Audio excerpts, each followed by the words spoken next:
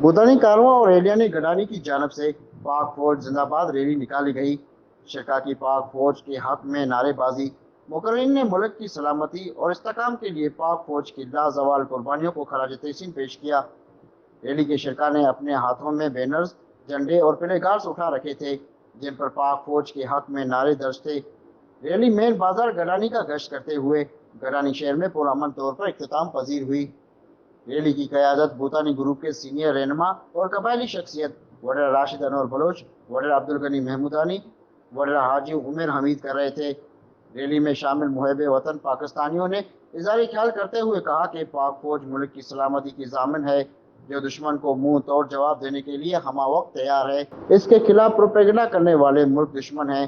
हम अपनी पाक फौज के शाना बशाना खड़े हैं। पाक फौज के खिलाफ कोई बात हम हरगिज़ बर्दाश्त नहीं करेंगे। हम अवाम पाकिस्तान अपनी पाक फौज के साथ मिलकर दुश्मन का डट कर मुकाबला करेंगे। पाक फौज जिंदाबाद के नारे फिजाओं में गूंजते रहे। कैमरा टीम के साथ मंजर हुसैन अंगारिया, वेब न्यूज़, गडानी लसबेला।